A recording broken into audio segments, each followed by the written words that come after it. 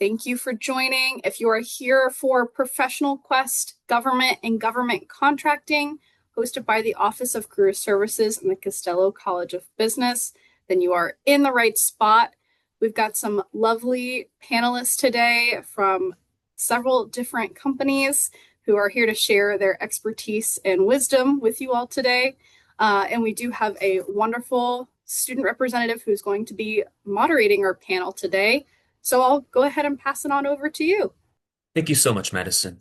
And once again, everybody, thank you for participating in and making yourselves welcome to ProfessionalQuest. We have several panelists that will be joining us today, going over several questions. My name is Corbett Howell. I am the secretary from the George Mason Government Contracting Club. And without further ado, I'd like to go ahead and introduce all of our panelists. From the GSA, we have Christine Dua, who is from Recruitment and Outreach Specialist. We also have Melissa Scot, who is an Acquisitions Talent Development Supervisor. We have Shirin Golubkova, who is a Contract Specialist, as well as William Humburg, who is also another Contract Specialist, both with the Acquisitions Talent and Development Cohort member. If you would like to introduce yourselves real quick before we go into the rest of the panel. Sure, sounds good. Thank you so much, Corbett, for the introduction, and thank you all for joining us today. As Corbett mentioned, my name is Christine Dua, and thank you all. We're excited to talk to you all about a little bit about who we are as an agency and go into our available opportunities that we do have. As Corbett mentioned, I am here with my counterparts, Melissa, William, and Shirin, and we look forward to having a good day today. I'm happy to talk more in depth about our agency, but I don't know if that's the section for that, or we can save that for after introductions. Moving on to Peraton, we have with us Jeremy Simon, who is the Peraton Executive Recruiter. We have Dana Stackhouse, who is the Supply Chain Risk Management Advisor. We have Deborah Smith, who is the Professional Development Lead, as well as Kate Pohlmann, who is the Subcontracts Administration Associate. If you would like to go ahead and introduce yourselves from the Peraton network. Sure, I'm Dana Stackhouse. I'll get started. I'm Dana Stackhouse. As Corbett mentioned, I'm in our procurement organization. So I'm, directly working with government contracting every day, subcontracting through government prime contracts. So I'm very excited to talk to everyone today. Jeremy is on. Jeremy is, and I'll give him a second to introduce himself in a second. He's our recruiter, university recruiter out of our HR department. But unfortunately, Deborah Smith and Kate Pohlmann were not able to make it today. So it is just me from procurement and then Jeremy. So Jeremy, if you want to say hello. Hey, good afternoon, everyone. Like Dana said, my name is Jeremy Simon. I am the executive recruiter here at Peraton. So I hire at our corporate level, including all of our C-suite EVPs all the way down to management level. Excellent. And moving on to the last group of panelists from CGI Federal, we have Matt Ford, who is a consultant and a Mason alum from the Costello College of Business of 2024, as well as Atay Beshembiev, who is another consultant from the Business Systems Analyst School, another Mason alum from the class of 2023. If you two would like to introduce yourselves as well. Yeah, thank you, Corbett. And it's nice to be in this meeting with you guys today. Atay and I are representing CGI Federal. As far as experience goes, I've been with the company for pushing about a year and a half now since graduating from George Mason on a couple of different federal contracts with the Department of State. And yeah, I'm just really excited to give you guys some insight on the federal contracting industry. And if Atay, you wanted to introduce yourself as well. Hi all, my name is Atay, and I joined CGI 3 years ago as an intern. Initially, I was doing internal work, doing subcontracts and contracts data analysis, but now I work with clients. My previous client was Bureau of Prisons, and I'm currently on the Nuclear Regulatory Commission project. Excellent. And once again, I would like to thank everybody for making the time to be here. And without further ado, I'd like to go into our ProfessionalQuest questions. We'll be going ahead and starting with career path and motivation related questions, with the first one being to the panelists, what typically draws students to pursue a career in government contracting, would you say? From your personal experience or from the feel that you get from the current selection of students? I can go first. I'm representing GSA here. And GSA, so in government, there's a lot of acronyms, so just be aware. So GSA stands for General Services Administration. And to give you guys this kind of an understanding of who we are as an agency, so we're a federal government agency, and we're in the public sector, right? And so GSA, just to understand, we are both the business manager and the landlord of the federal government. So think of us like the backbone for all agencies, right? We procure goods and services, as well as provide and maintain real estate portfolio in governments. So we created that, so other agencies can focus on their mission and not really have to worry about the supplies and the workspace and acquisitions in which they would be to execute their mission. So that's just a little bit about who we are, General Services Administration. And so I would like to ask it pass it to one of my colleagues who would like to talk about a little bit more about why one would be interested in contracting with GSA through our Agent Acquisition Talent Development Program. So for me, I've been in contracting acquisitions and all aspects of the work. So 15 years experience there. I would say when I think back to like just my colleagues and myself, one, I think acquisition and government contract is multidisciplinary. So it gives you the opportunity to be able to actually prepare and automatically be able to utilize your skill sets from academia directly into the workforce with some flexibility. So it's very adaptable there. So let's say you're a person like me, I was in project management. I love doing multiple things like having a start and finish, but then I'm very curious too and analytical. So it allows me to deal with multiple stakeholders at one time. So I'm in the government, but I can still work with contractors. Plus, I get to also learn the curiosities of new innovation, the latest technology, because the government, like all entities, are always looking to buy new things to improve their operations. So in acquisitions, you're at the front line of that because you are having to be an expert on helping people actually get to those products and services. That's what you're buying.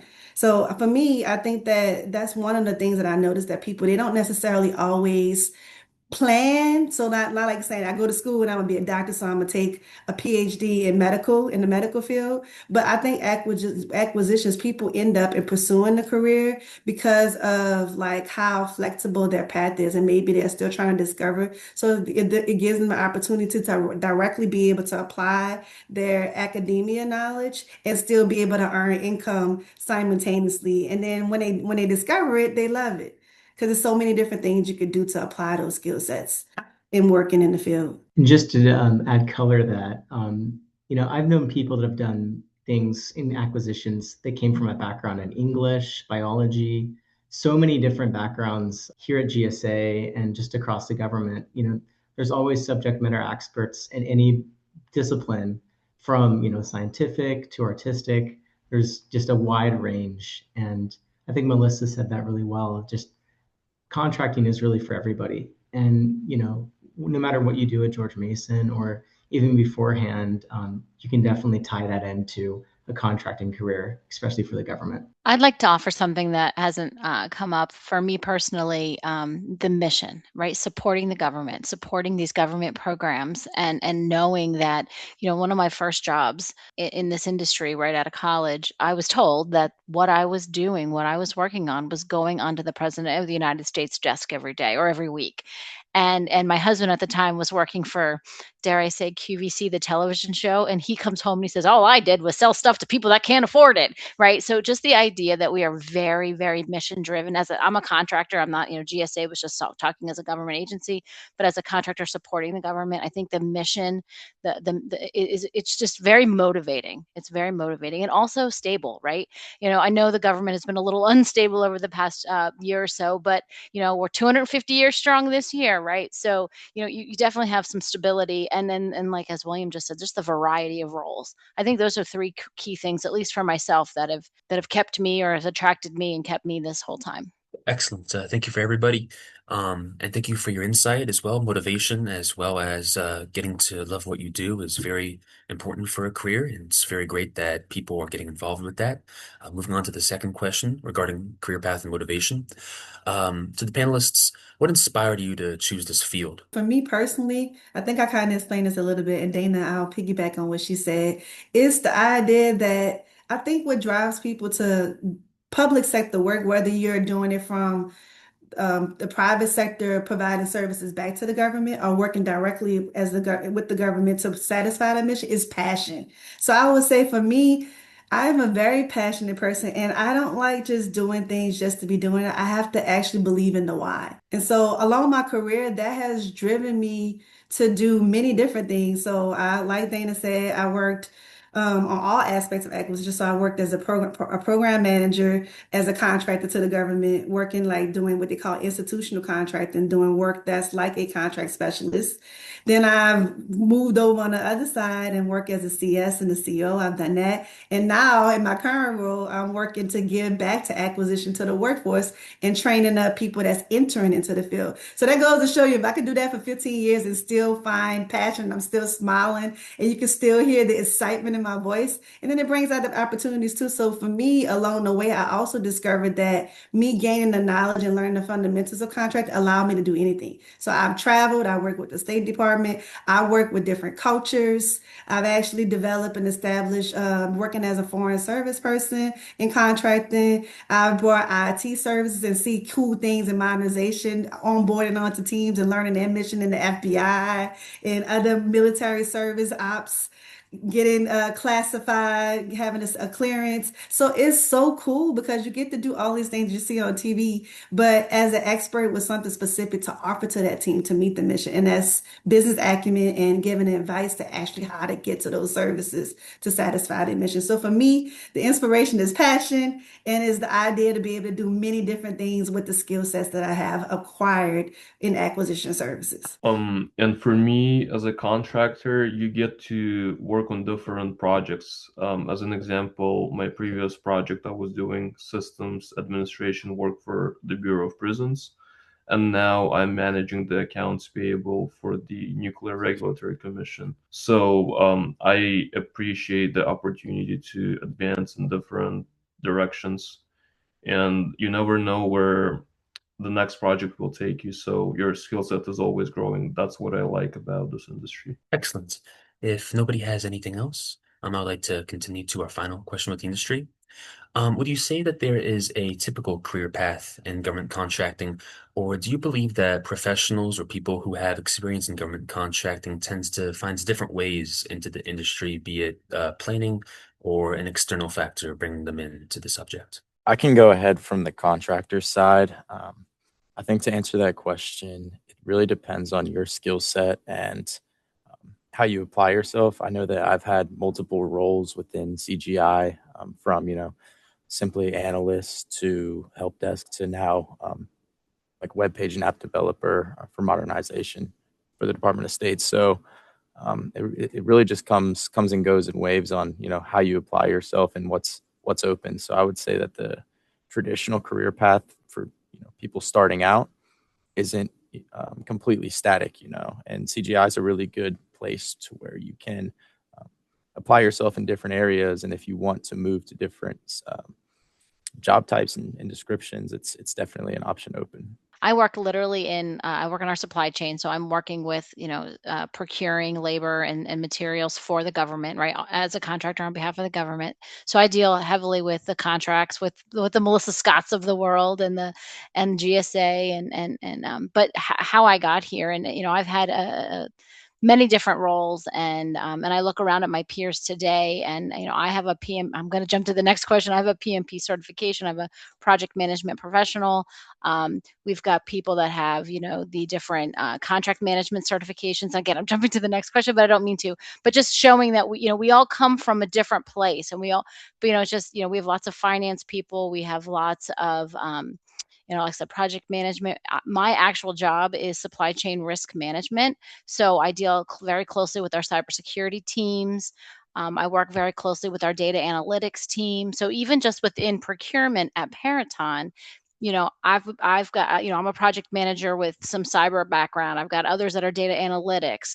I have others that do some like SharePoint development for us. So it's like, and that's not even the actual people that are doing the government contracting and the purchasing and the buying. I have a woman that was a lot of marketing degrees where they went out to purchase and buy things, and they're here buying things for us. So, there's a whole plethora. And I mean, I'm sure everybody does, but at Peraton, we definitely, especially in our procurement department, promote learning and development. So if there is a field you want to get more information on, if there, and I'm sure most of the companies, on the call and the government as well, promote learning and development and promote, hey, I want to get that certification, or I want to learn more about X, Y, and Z. And a lot of industries will pay for that as well. So. See, Dana, I knew that it would pay to piggyback on you.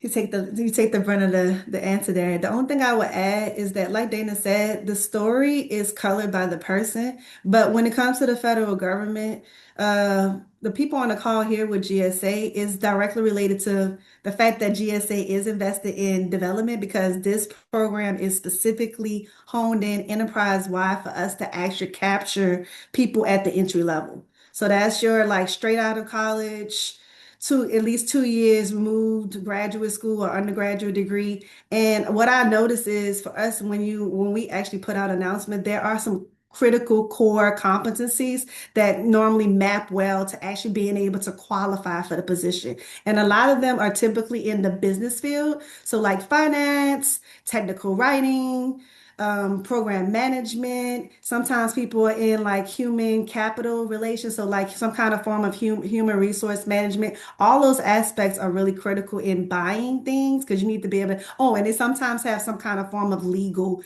background as well. So I've seen paralegals, maybe they say, I don't really want to go fully on to doing a law degree, because sometimes getting this the JD is a little more cumbersome. So they'll take a pit stop here and say, hey, I want to try contracting, because it's still dealing with terms and conditions, what we call T's and C's, and they're still able to apply that knowledge on the way, and they might still go on to still get that jurisdiction degree while still making money. Which some people, if you're getting something beyond the master's, it might cost you something financially. So this is the way that they pursue it, to still actually apply the knowledge without losing it, but then still meeting their ultimate long-term goal. So that's the only thing I want to add, Dana, to some of the things that you were sharing. Excellent. If nobody has anything else to add, we'll go ahead and moving on to the next portion, which is for academic preparation, regarding the academic and skills training necessary to enter into the government contracting space. So to begin, which classes do you think are the most helpful for students considering this career path, whether it be in sync with government contracting or more adjacent to government contracting?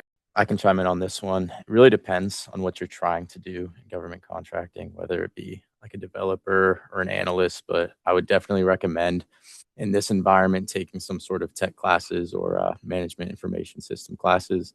I know those are, highly applicable in this field, whether you're, tech contracting is huge right now. So if you're going to be an analyst consulting on a, intellectual property or a developer working on it, it definitely helps to have that. Just to kind of add to Matt's point, especially with all this new technology, it'd be nice to have AI experience, whether that's creating your own LLM or working on website design. I know the government, we've taken a huge pivot and are allocating a lot of resources towards that area. So if it's a business class you've taken and you utilized AI for a portion of it, or you're doing your own financial reports and you have your own AI system that helps manage that, those things will definitely help you in the long term on the contract side, and then also for the government. And if you can take any courses or any online readings at all about the FAR, the Federal Acquisition Regulations, I mean, that's what I live and breathe every day, right? So, it's rule. If you're not familiar, think of, the IRS code is what we as income payers have to follow. The FAR is the code that purchasers for the government have to follow. So if there is any, and that's part of the reason why, Peraton is trying to get, develop these relationships with GMU and other universities. So we'd love to see courses in the FAR, because that would go a long way. If you're a government contracting and procurement, like I am, doing work buying for and selling for the government, you need to understand the FAR. So that would be a huge, even if it's just you Google it and you research it a little bit on your own. I mean, that would go a long way. I know in interviews and things I've had with candidates for positions. All of those are great points. The only one I would add is probably something in business and corporate finance, because you are actually having to do like negotiations. You have to also analyze costs, because one of the biggest things, whether you're a contractor or the government, we are in the business of actually profiting, and then also making sure that what we buy is most effective for what we're buying so that we're not overpaying. So you want to do also be able to understand like indirect costs, like some of the corporate business finance classes that will help you, even if it's introductory, to be able to understand ultimately, buying goods and services require money, and also understanding the makeup of businesses and their structures and their fees and that kind of thing would also be helpful, I think, as well. Excellent. Thank you, everybody, for that insight. I think it's really good to know kind of what you're getting into, especially with government contracting. Government contract is my minor, but my major is financial planning, wealth management. So it's always great to kind of have that sort of insight as well as training to get into fields like GSA or like Peraton, or all of these other groups. So big thank you. Moving on to the other academic means, are there any particular certifications or credentials or certificates that you believe that students should be either pursuing or planning to pursue either during or after college, whether it to be to get into a certain career or to get into a certain set of people that will make them stand above others? I think a big thing that is being used right now are, pushing out low code, no code applications and visualizations, business intelligence. So that's something that isn't too complicated to understand, especially if you don't come from like a largely based tech background. And a lot of contracting companies right now are pushing out, those modernized applications for their clients. It's like Power Apps, Power BI, Tableau, stuff like that, business intelligence. I think from a government contracting, from a procurement perspective, there's the National Contract Management Association. If you can get involved in any of that type of industry type work, as well as the Association for Supply Chain Management. I already said I have a program PMP certification. So just any kind of, you don't even have to have the certification, but just the idea that you're a member of those, or that you go to meetings or you pay attention to what's going on, both in, like I said, the NCMA, the ASCM, or like I said, I'm PMP. Those would be some suggestions I have. Yeah, I'm not sure if this is a Q&A session, but I asked a question in the chat to add on to that question. And my question is there an industry equivalent of FACSI for people who want to have a better understanding of procurement without joining the government side to have that perspective? I think Dana mentioned it. The organization that she mentioned also will give you some of that knowledge. The National Contract Management Association, the NCMA. Mm-hmm. And I'll say too, I'm not trying to promote my company here, but and I would imagine all the companies are like this, where, they, like for my PMP, for example, my company pays for, I have to recertify every 3 years, and they give me the trainings that I need in order to maintain it. Same with the NCMA, NCMA, the National Contract Management Association. If we're part of that, the company will give you opportunities to attend the meetings or pay for any kind of certifications or any kind of dues and things like that. A lot of places will do that as well to kind of encourage that learning and development and that growth as well. Just to add on to that, for something I'm doing specifically is I'm taking a class in data analytics. And one of the benefits in that is that it is with the Global Career Accelerator. That's something that George Mason, as well as other college students, have options to join for the Global Career Accelerator.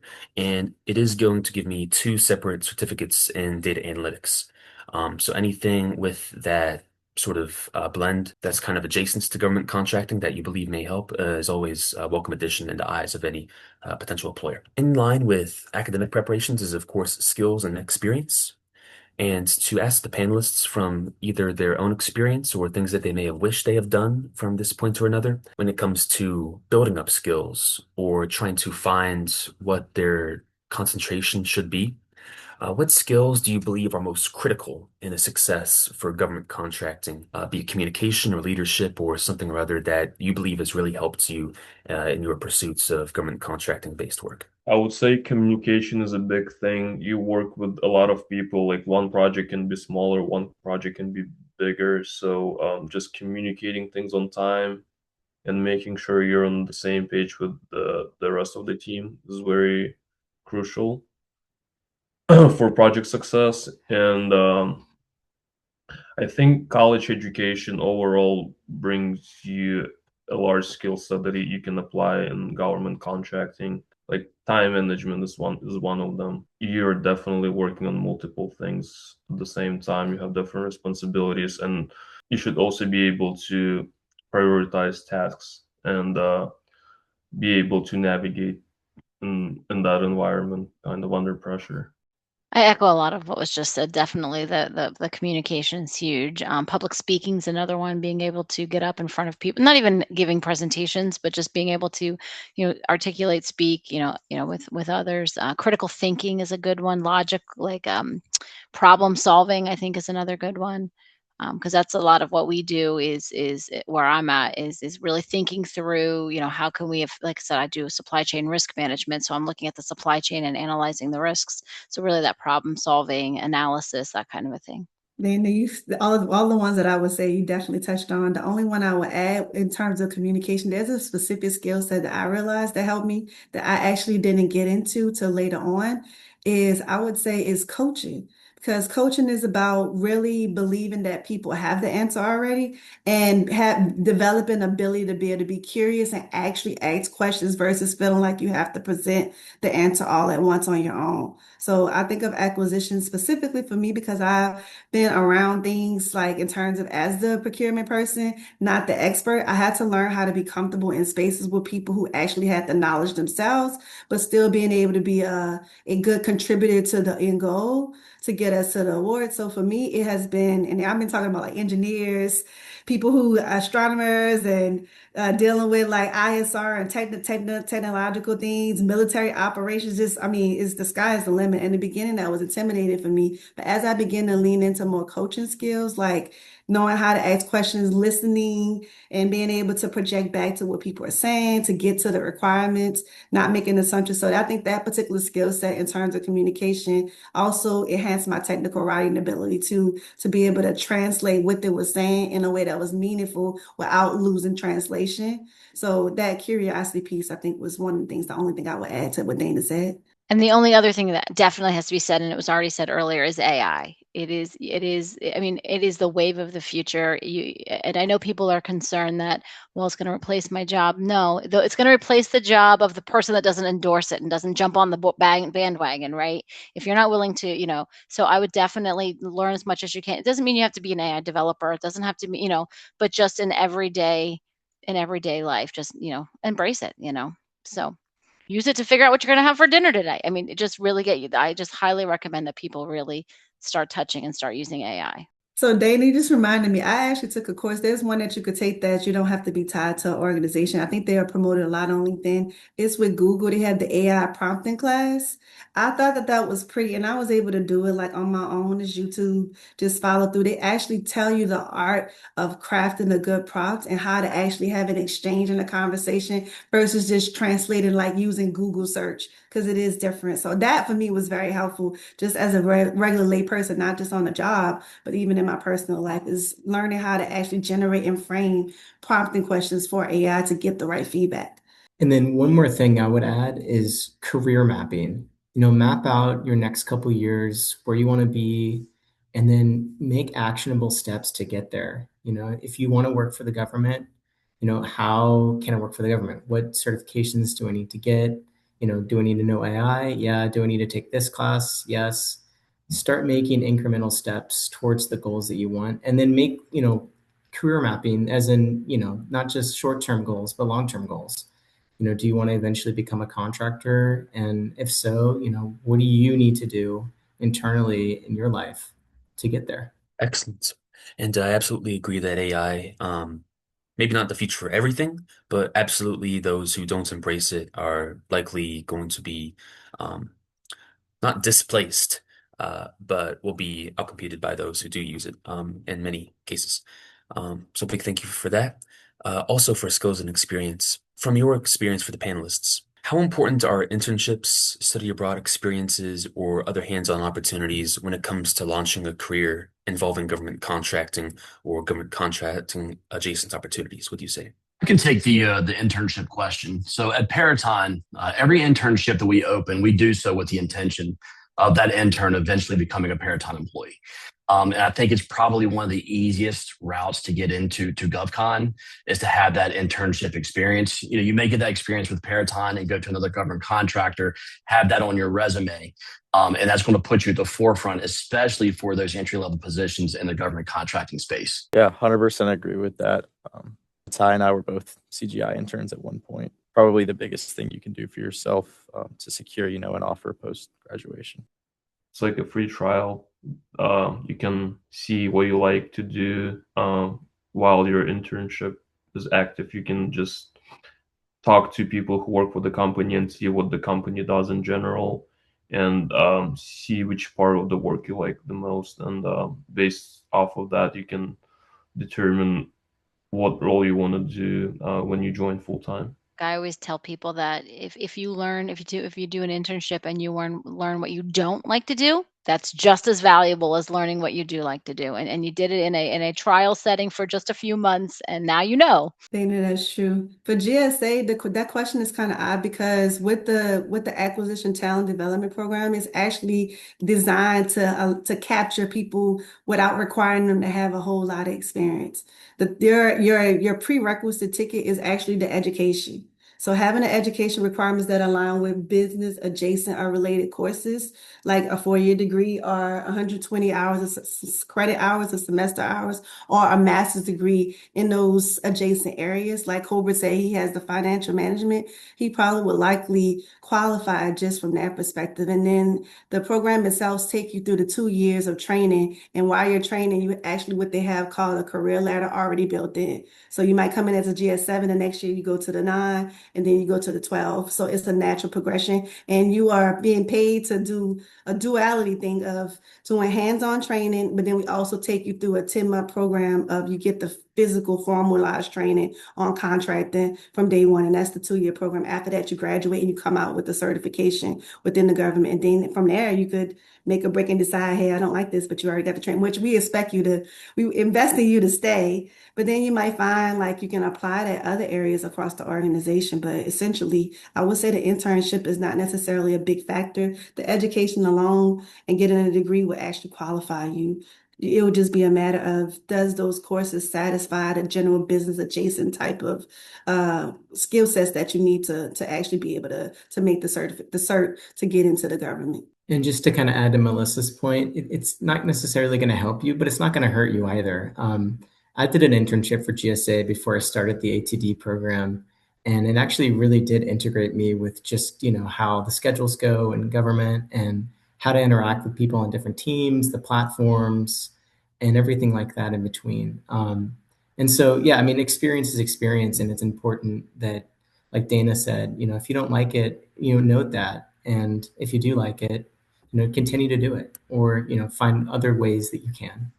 Excellent. So going forward, just to be respectful of time, to finish up our questions for skills and experience, I'll go ahead and combine these two into one. What types of entry positions are you believe most available to students that they should be pursuing? And also with skills, are there any specific activities or organizations that you believe students would benefit from the most on the entry or starting level? And as you know, my counterparts mentioned, Melissa and William, just a little bit about the ATD Acquisition Talent Development Program. And so we actually are hiring for that soon, very soon. And so we are going to be hosting information sessions regarding that. So in regards to the actual program itself, Melissa spoke to it as it's going to be more of a training development, right, for 2 years for contract specialists who are interested to kind of have that rotation and understand those training skills and development for them to actually become one, right, become SMEs in their own liking at GSA. And so those available positions are going to be live soon. And we also do have pathways available positions. So for interns, we're talking about folks who are in the junior year, right? And for recent graduates, so seniors and folks who are just graduate within the past 2 years. You all eligible to actually join GSA through the Pathways hiring program. And so I know that Kelly put in the chat there, we do have a listserv link for you to join if you want to receive information about the Pathways announcements when they actually go live, and then our ATD program announcements. And a key thing that both Melissa and William speak to, right, is that they're a testament to how great the program is.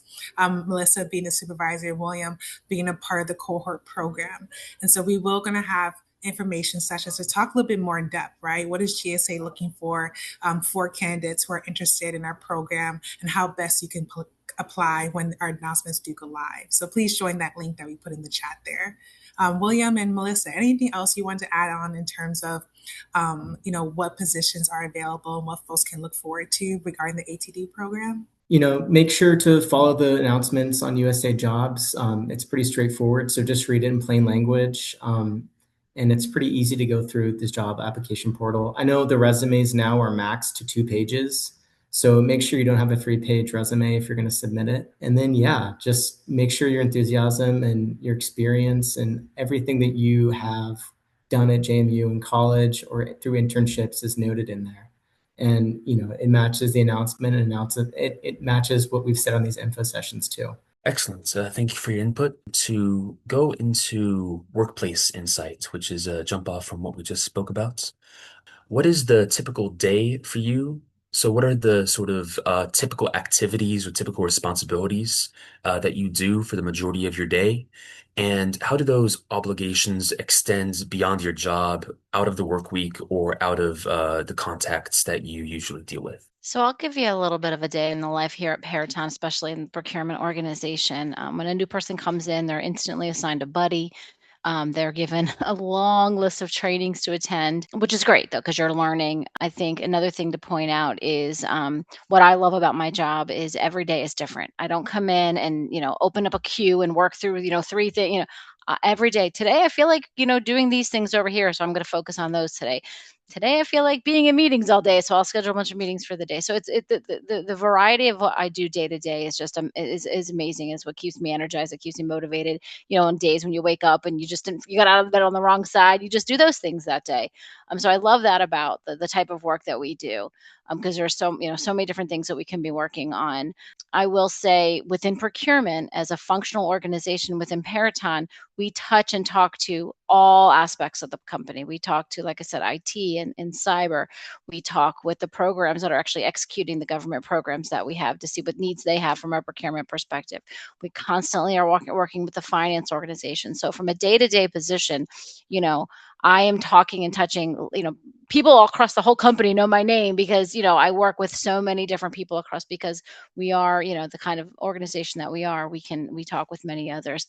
Reading the actual question here, are there obligations tend to extend beyond the standard work week? I mean, we're paid professionals, so yeah, in a given week, do I need to work more than 40 hours? Maybe. We do have a system here at this company that if we do work more than 40, we can carry some of those hours into next week and maybe work a little less next week. So, but in general, I mean, I wouldn't say that I work like ridiculous, like 100-hour weeks or anything like that. Yeah, I just, but I do, like I said, if I do travel for work, I live outside of Philadelphia. So if I do come down to the Washington, D.C. area and others are there, I will try to go out to dinner with some of my coworkers or to a happy hour or something, just to be able to get that interaction, because I do work remotely. But in general, I would say, we are respectful of the work-life balance here. And yeah. The government side is kind of similar. We used to have pretty heavily remote, but now we're in office, but we do have situational telework available, depending on what the situation is. So it's split between, as an ATD cohort, your home office and the ATD program office. And so your home office is anywhere within the Federal Acquisition Service. So that could be the information technology category. That's where I'm at. General supplies and services, GS&S, professional services and human capital. There's so many other, subsections, and usually the ATD PMO, the organization, Melissa and her other colleagues head, they'll put you in kind of where your interests lie. With your home office, you do day-to-day work, and it really does depend on the day. Some days I'll be doing negotiations with contractors. Other days I'll be answering emails. And this whole time, while you're doing all this day-to-day work, you're taking your prep classes for the FACC examination, you're taking your other required courses for the agency, and you're working towards, graduating and passing, and also finishing the ATD program itself and becoming a full-fledged 1102. Excellent. Well, thank you, everybody, for your insight for that. We're going to go ahead and wrap up with our career advice section. With career advice being one of the most important things for getting launching your expertise and concentration for what you may want to do in life. So what advice would you offer students that you wish you had known when you were in college?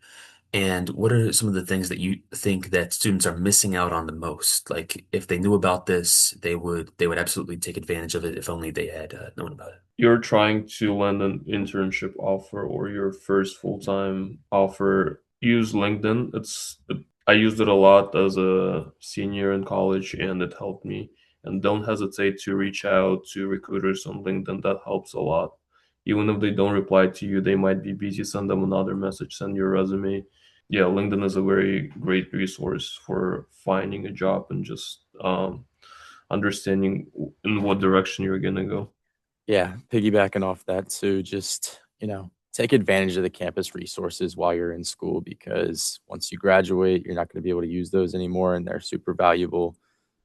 Apply yourself in, any possible way. If you see a challenge or something or a competition that a company's hosting, it's probably better to do that than not, because it can't hurt. It can only help. Join a group or a club or an organization that pertains to what you want to do, because then that way you'll be able to, make connections, common connections with people that are in the same position, and you guys will be able to kind of brainstorm together, find alumni of that organization, and reach out and figure out ways that you can, set yourself apart from such a dense job market, job pool right now. I would say it's definitely a much more competitive market at this current moment.